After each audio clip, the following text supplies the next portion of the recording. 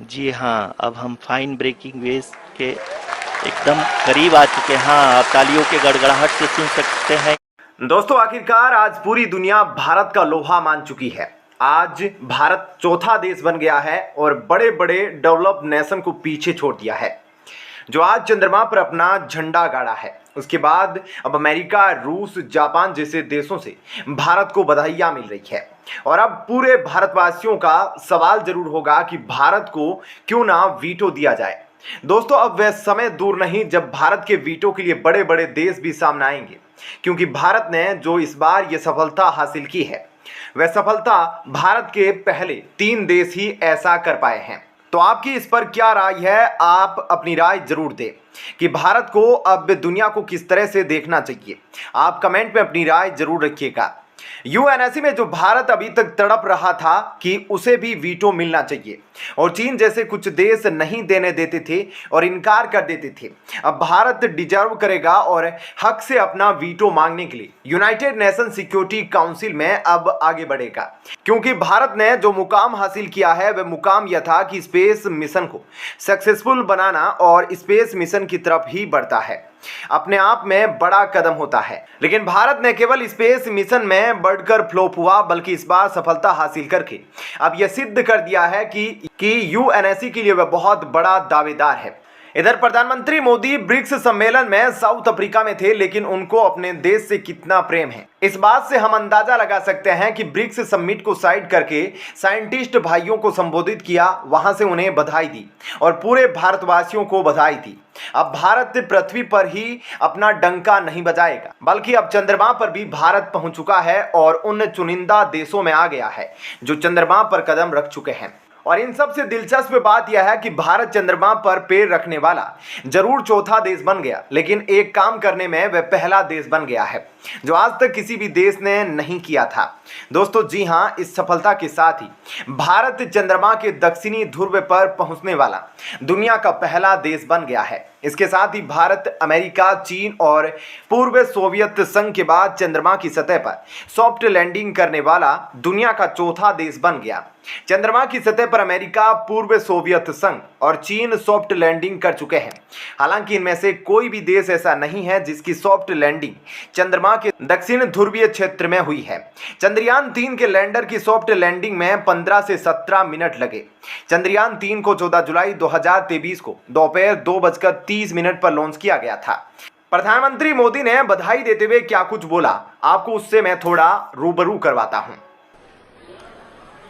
जब हम अपनी आंखों के सामने ऐसा इतिहास बनते हुए देखते हैं तो जीवन धन्य हो जाता है।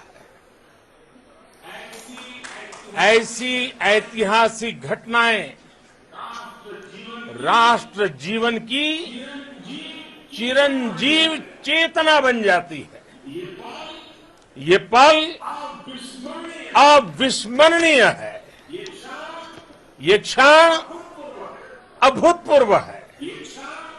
ये क्षण विकसित भारत के शंखनाद का है। ये क्षण नए भारत के जयघोष का है। ये क्षण मुश्किलों के महासागर को पार करने का है। ये क्षण जीत के चंद्र पथ पर चलने का है। ये क्षण 140 करोड़ धड़कनों के सामर्थ्य का है।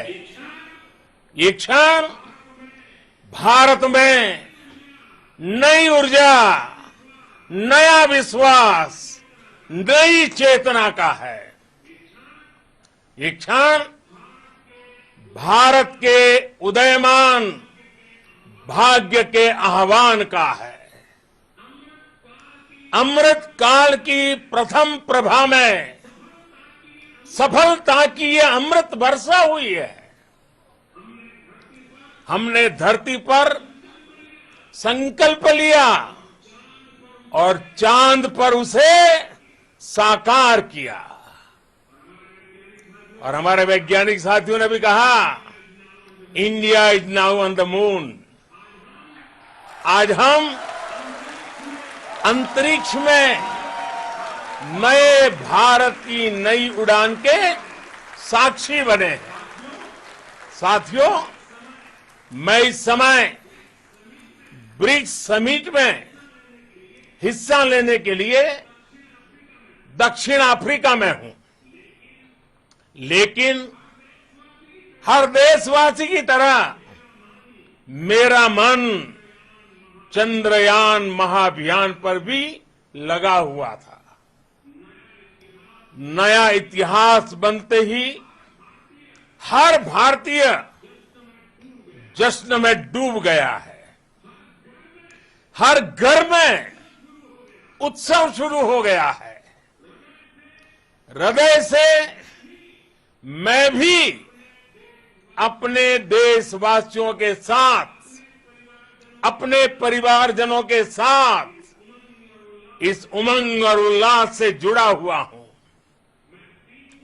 मैं टीम चंद्रयान को, इसरो को और देश के सभी वैज्ञानिकों को जी जान से बहुत बहुत बधाई देता हूं, जिन्होंने इस पल के लिए वर्षों तक इतना परिश्रम किया है। उत्साह, उमंग, आनंद और भावुकता से भरे इस अद्भुत पल के लिए मैं 140 करोड़ देशवासियों को भी कोटि कोटि बधाइयां देता हूं। मेरे परिवारजनों, हमारे वैज्ञानिकों के परिश्रम और प्रतिभा से भारत चंद्रमा के उस दक्षिणी ध्रुव पर पहुंचा है, जहां आज तक दुनिया का कोई भी देश नहीं पहुंच सका। अब आज के बाद से चांद से जुड़े मिथक बदल जाएंगे, कथानक भी बदल जाएंगे और नई पीढ़ी के लिए कहावतें भी बदल जाएगी। भारत में तो हम सभी लोग धरती को मां कहते हैं और चांद को मामा बुलाते हैं। कभी कहा जाता था चंदा मामा बहुत दूर के हैं, चंदा मामा बहुत दूर के हैं। अब एक दिन वो भी आएगा जब बच्चे कहा करेंगे चंदा मामा बस एक टूर के हैं। Friends, on this joyous occasion, I would like to address all the people of the world, the people of every country and region. India's successful moon mission is not just India's alone. This is a year in which the world is witnessing India's G20 presidency. Our approach of one earth, one family, one future is resonating across the globe. This human-centric approach that we present and that we represent has been welcomed universally. Our moon mission is also based on the same human-centric approach. Therefore, this success belongs to all of humanity, and it will help moon missions by other countries in the future. I am confident that all countries in the world, including those from the global south, are capable of achieving such feats. We can all aspire for the moon and beyond. मेरे परिवारजनों, चंद्रयान महाअभियान के ये उपलब्धि भारत की उड़ान को चंद्रमा की कक्षाओं से आगे जाएगी। हम हमारे सौर मंडल की सीमाओं का सामर्थ्य परखेंगे और मानव के लिए ब्रह्मांड की अनेक संभावनाओं को साकार करने के लिए भी जरूर काम करेंगे।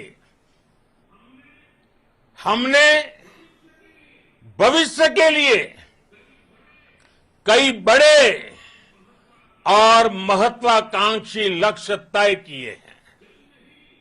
जल्द ही सूर्य के विस्तृत अध्ययन के लिए ISRO Aditya L1 mission launch करने जा रहा है। इसके बाद शुक्र भी इसरो के लक्ष्यों में से एक है। गगनयान के जरिए देश अपने पहले ह्यूमन स्पेस फ्लाइट मिशन के लिए भी पूरी तैयारी के साथ जुटा है। भारत बार बार ये साबित कर रहा है कि sky is not the limit.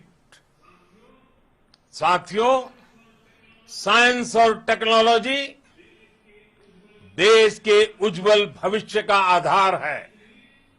इसलिए आज के इस दिन को देश हमेशा हमेशा के लिए याद रखेगा।